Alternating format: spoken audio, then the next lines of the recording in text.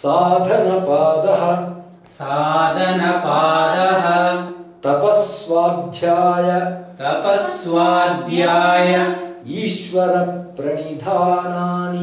ईश्वरप्रणिधानानि क्रियायोगः समाधिभावनार्थः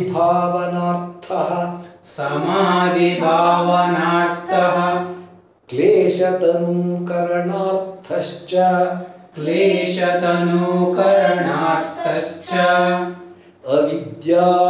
अविद्या अस्मिता राग द्वेष अभिनिवेशाः क्लेशाः अविद्या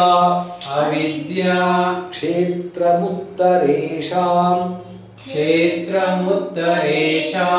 प्रसुप्त तनु विच्छिन्न उदाराणाम् अनित्य अशुचि दुःख अनात्मसु नित्य शुचि सुख आत्मख्यातिर् अविद्या दृग्दर्शनशक्त्योर्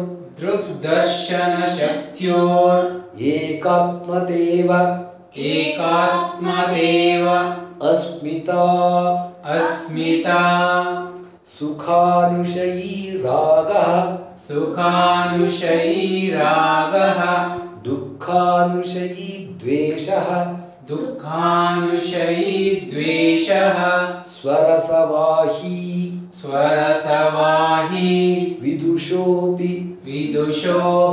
तथारूढो अभिनिवेशः ते प्रतिप्रसवहेयाः सूक्ष्माः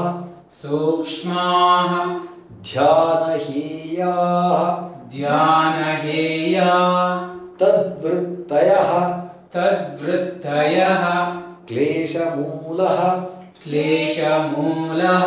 कर्माशयो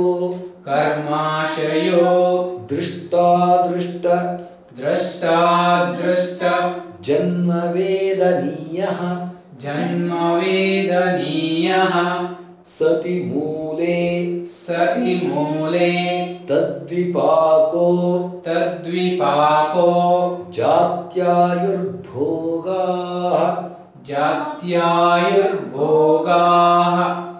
ते ह्लाद परितापफलाः पुण्यापुण्य हेतुत्वात् परिणाम ताप संस्कार दुःखैर् गुणवृत्तिविरोधाच्च दुःखमेव सर्वं विवेकिनः हेयं दुःखं अनागतं द्रष्टृदृश्ययोः संयोगो हेयहेतुः प्रकाशक्रिया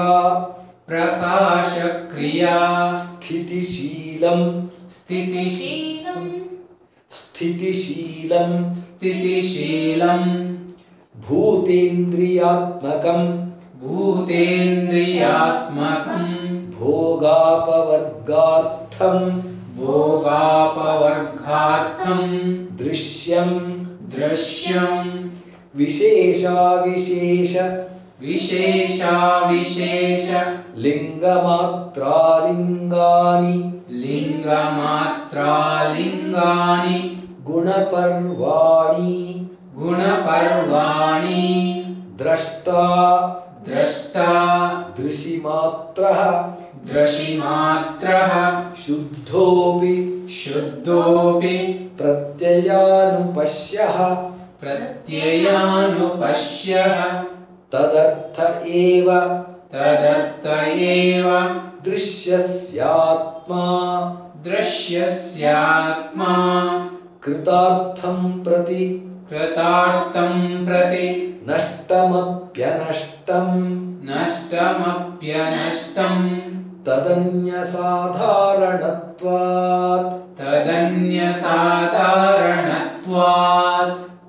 स्वस्वामिशक्त्योः स्वरूपोपलब्धि हेतुः संयोगः तस्य हेतुरविद्या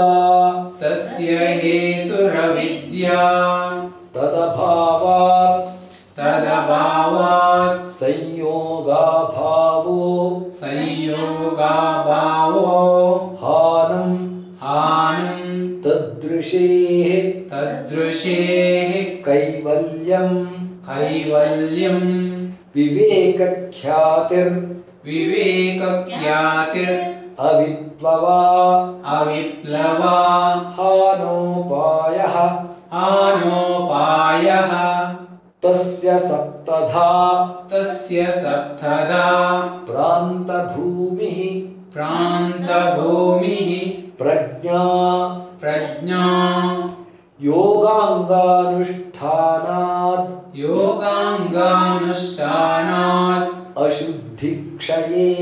अशुद्धिक्षये ज्ञानदीप्तिर् आविवेकख्याते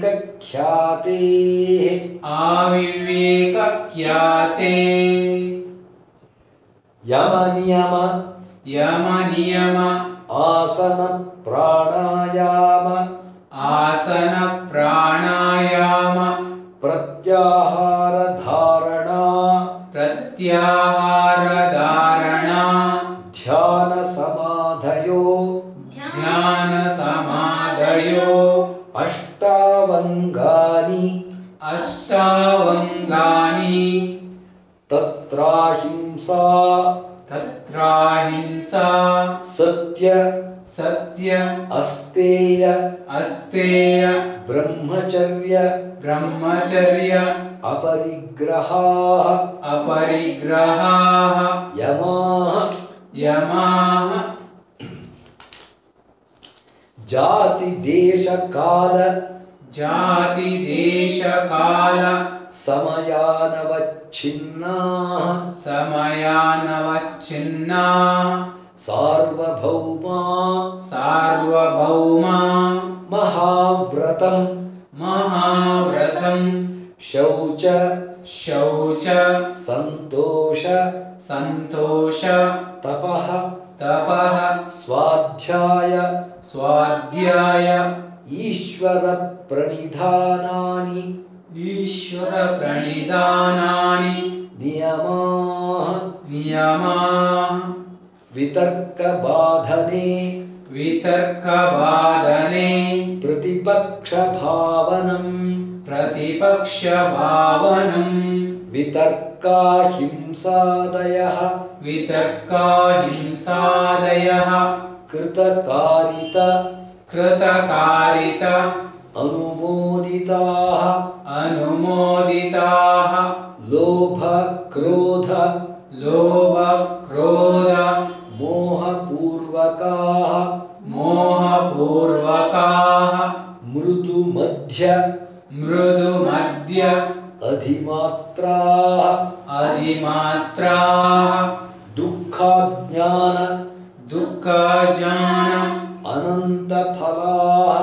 अनन्तफलाः इति प्रतिपक्षभावनं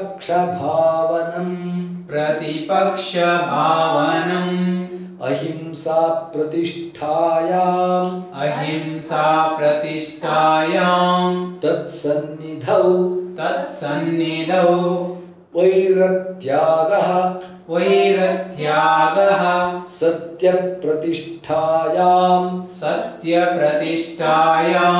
क्रियाफलाश्रयत्वम् क्रियाफलाश्रयत्वम् अस्तेयप्रतिष्ठायाम् अस्तेयप्रतिष्ठायां सर्वरत्नोपस्थानम् सर्वरत्नोपस्थानम् ब्रह्मचर्यप्रतिष्ठायाम् ब्रह्मचर्यप्रतिष्ठायां वीर्यलाभः वीर्यलाभः